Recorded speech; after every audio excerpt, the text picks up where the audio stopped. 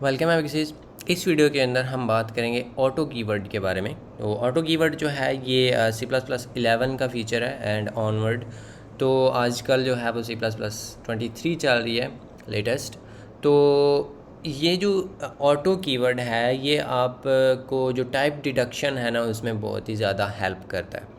तो इसका मतलब क्या है कि आप यहाँ पे जो अभी तक हम इस तरह से नंबर मतलब इस तरह से एक बनाते आए हैं कोई भी वेरिएबल, इस चीज़ को बनाने का तरीका ऑटो की मदद से ये होगा कि आप यहाँ पे लिख सकते हैं ऑटो, जो भी आपकी टाइप थी उसकी जगह पे आगे आप अपने वेरिएबल का नाम लिख सकते हैं।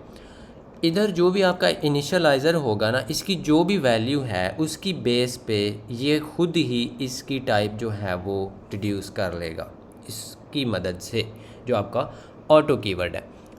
यहाँ पे अगर आप इसको ज़ीरो लिख देते हैं तो क्योंकि ज़ीरो बाय डिफ़ॉल्ट इंटीजर होता है तो इसकी टाइप जो है वो इंटीजर बन जाएगी। आप इसको एक फ़्लोट बना दें, इसकी टाइप फ़्लोट बन जाएगी। आप इसको डबल बना दें, इसकी टाइप डबल बन जाएगी। इस तरह से आप मतलब जो ऑटो कीवर्ड है इसको यूज़ कर सकते हैं। और हम इसको यूजुअली प्रिमिटिव टाइप्स जो हैं उनके साथ यूज़ नहीं करते। प्रिमिटिव टाइप्स अगेन वो होती हैं जो लैंग्वेज के साथ बिल्ट इन आती हैं, यानी कि ये जो इंटीग्रल टाइप्स थी, जो फ्लोट पॉइंट नंबर्स जो होते हैं, फ्लोट या डबल या लॉन्ग डबल या फिर बुलियन, ये जो हैं ये आपके पास प्रिमिटिव टाइप्स होती हैं। इनके साथ तो हम नहीं यूज़ करते क्योंकि ऑटो लिखना या यहाँ पे लॉन्ग लिखना वो सेम ही है, क्योंकि लॉन्ग जो है उसके अंदर भी 4 ही कैरेक्टर्स हैं, या आप डबल भी इवन बना रहे हो तो ये 2-3 कैरेक्टर्स की जो है ना मार, ये उसके लिए नहीं हम करते, लेकिन आप ऑब्वियसली कर तो सकते ही हैं। इसको हम करते हैं जब हमारे पास कॉम्प्लेक्स टाइप्स आ जाती हैं ना, उस टाइम पे हम इसको करते हैं। और उनको हम ये चीज़ जो है इसको हम रिविज़िट करेंगे जब हम जो C++ की बिल्ट इन क्लासेस हैं उनको यूज़ करेंगे, कंटेनर्स जो हैं या इस तरह की कोई और भी जो चीज़ें हैं तो उनको यूज़ करेंगे। उस टाइम पे आपको ऑटो जो है उसका और भी पता चलेगा। लेकिन अभी के लिए या जो इसकी एक्चुअल इसका मीनिंग है ऑटो कीवर्ड का, वो यही है कि ये आपकी जो टाइप है उसको ऑटोमेटिकली डिड्यूस कर लेता है। अब अगर आप सोच रहे हैं इधर इतना ही जो है ना, इसको थोड़ा सा हम कूल भी और भी बनाते हैं कि इधर ही हम इतना थोड़ा सा ऑटो मैं आपको बता रहा हूँ, तो थोड़ा सा आपको और भी बताता हूँ कि आप इसको एक्चुअली जो फिर फंक्शन के आप जो आपके जो पैरामीटर्स हैं ना, आप एज दैट भी यूज़ कर सकते हैं। मतलब क्या है कि आप यहाँ पे लाइक मे बी आप कोई लॉन्ग जो है वो रिटर्निंग एक फ़ंक्शन बना रहे हैं, like what ever it is called. तो आप इधर जो है ना वो ऑटो की मदद से इसको यहाँ पे स्पेसिफाई कर सकते हैं। लाइक मे बी कुछ भी है यहाँ पे पैरामीटर जो भी है इसका, जो भी आप इसके साथ करना चाहते हैं, तो आप यहाँ पे मे बी इसको सी आउट कर दें बिकॉज़ वाई नॉट। तो या हम इसको फॉर नाउ वॉइड कर देते हैं ताकि थोड़ा सिंपल रहे। तो आप अब इसको टेक्निकली कोई भी टाइप जो है ना वो सेंड कर सकते हैं। यहाँ पे अगर मैं इसको कॉल करता हूँ with A like may be N integer, तो इंटीजर जो है या इंटीग्रल कोई भी टाइप है उसमें तो कोई आपको डिफरेंस नहीं नज़र आएगा। लेकिन अगर मैं इसको यहाँ पे मे बी कोई डबल सेंड कर देता हूँ तो वो डबल को भी प्रिंट कर देगा, या जो भी आप उसके साथ कर रहे हैं वो इसी के साथ अब ऑटो जो है वो यहाँ पे आप एक ही चीज़ के साथ कर सकते हैं। जो हमने लास्ट टाइम कुछ वीडियोस प्रीवियसली हमने देखा था ना, वो फंक्शन ओवरलोडिंग, उसकी तो अब यहाँ पे उसकी तो धज्जियाँ उड़ गई हैं ना, उस अब तो हमें ज़रूरत ही नहीं है, ये तो एक चीज़ जो है उसके साथ ये काम हो जाएगा।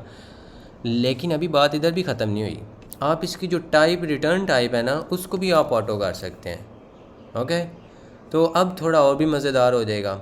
इसमें अब क्या है कि आपने यहाँ पे जो चीज़ है ना वो, अगर आपके पास मल्टीपल रिटर्न स्टेटमेंट्स हैं, उसका क्या मतलब है? उसका मतलब ये है कि आप यहाँ पे मे बी कोई कंडीशनल रिटर्निंग कर रहे हैं।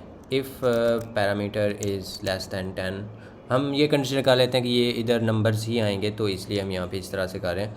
तो देन आपने जो है ना वो रिटर्न करना है मे बी ये वही आप समझ लें, वो जो हमने कुछ वीडियोस पहले वो जो डिस्काउंटेड प्राइस जो थी वो फाइंड आउट की थी ना उस टाइम पे। तो लेकिन ये उस तरह से है नहीं। आप मे बी उस केस में लाइक इधर से कुछ और चीज़ मे बी कोई स्ट्रिंग रिटर्न कर दें। स्ट्रिंग्स के बारे में हम बात करेंगे।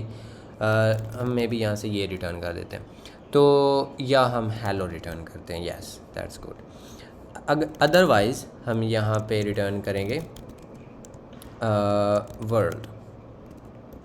तो अब ये 2 रिटर्न स्टेटमेंट्स हैं। आई नो कि ये मैंने उस टाइम पे तो नहीं आपको बताया था, लेकिन इससे घबराने वाली कोई बात नहीं है। आपके लिए ये नई बात तो है, लेकिन ये होपफुली आपके लिए ये बिल्कुल भी सरप्राइजिंग नहीं होनी चाहिए। यस, आप एक फंक्शन में मल्टीपल रिटर्न स्टेटमेंट्स लिख सकते हैं अगर आप इस तरह से कंडीशनल रिटर्निंग कर रहे हैं। इसके बारे में भी हम as we progress in this course हम इसके बारे में मज़ीद भी बातें किया करेंगे इन चीज़ों के बारे में। लेकिन अभी के लिए आपको ये बता रहा हूँ कि अगर आपके पास मल्टीपल स्टेटमेंट्स हैं, रिटर्न स्टेटमेंट्स इस तरह की, मे बी इधर 3-4 और भी होती, तो इन सभी की जो टाइप है ना वो सेम होनी चाहिए। मतलब ये नहीं है कि आप इधर कोई इंटीजर रिटर्न कर दो लाइक दिस और फिर नीचे चल के तो आप एक स्ट्रिंग रिटर्न कर रहे हो। उस केस में आपको ये एरर देगा कि भाई मैं अब कैसे इसकी टाइप मैं कैसे रिड्यूस करूँ, इसकी मैं इंटीजर बोलूँ या इसको ये स्ट्रिंग बोलूँ। तो ये चीज़ है इसकी कि आपने अगर मल्टीपल स्टेटमेंट्स रिटर्न करनी है इस ऑटो की मदद से भी, वैसे भी अगर आप यहाँ से स्ट्रिंग रिटर्न कर रहे हैं तो फिर भी क्योंकि आपने यही लिखनी तो दोनों स्ट्रिंग है, मतलब मेरा ये है कि आप यहाँ से मे बी रिटर्न कर रहे हैं एक इंटीजर, तो इधर आप एक इंटीजर रिटर्न कर रहे हैं तो फिर इधर भी आपको एक इंटीजर ही रिटर्न करना पड़ेगा, यू नो। बिल्कुल उसी तरह से अब क्योंकि हम इसको ऑटो की मदद से कर रहे हैं तो ऑटो ने भी कोई ना कोई टाइप तो यहाँ पे रिप्लेस करनी है, तो इसलिए वो कह रहा है कि भाई इनकी टाइप्स जो है ना वो आपने सेम रखनी है।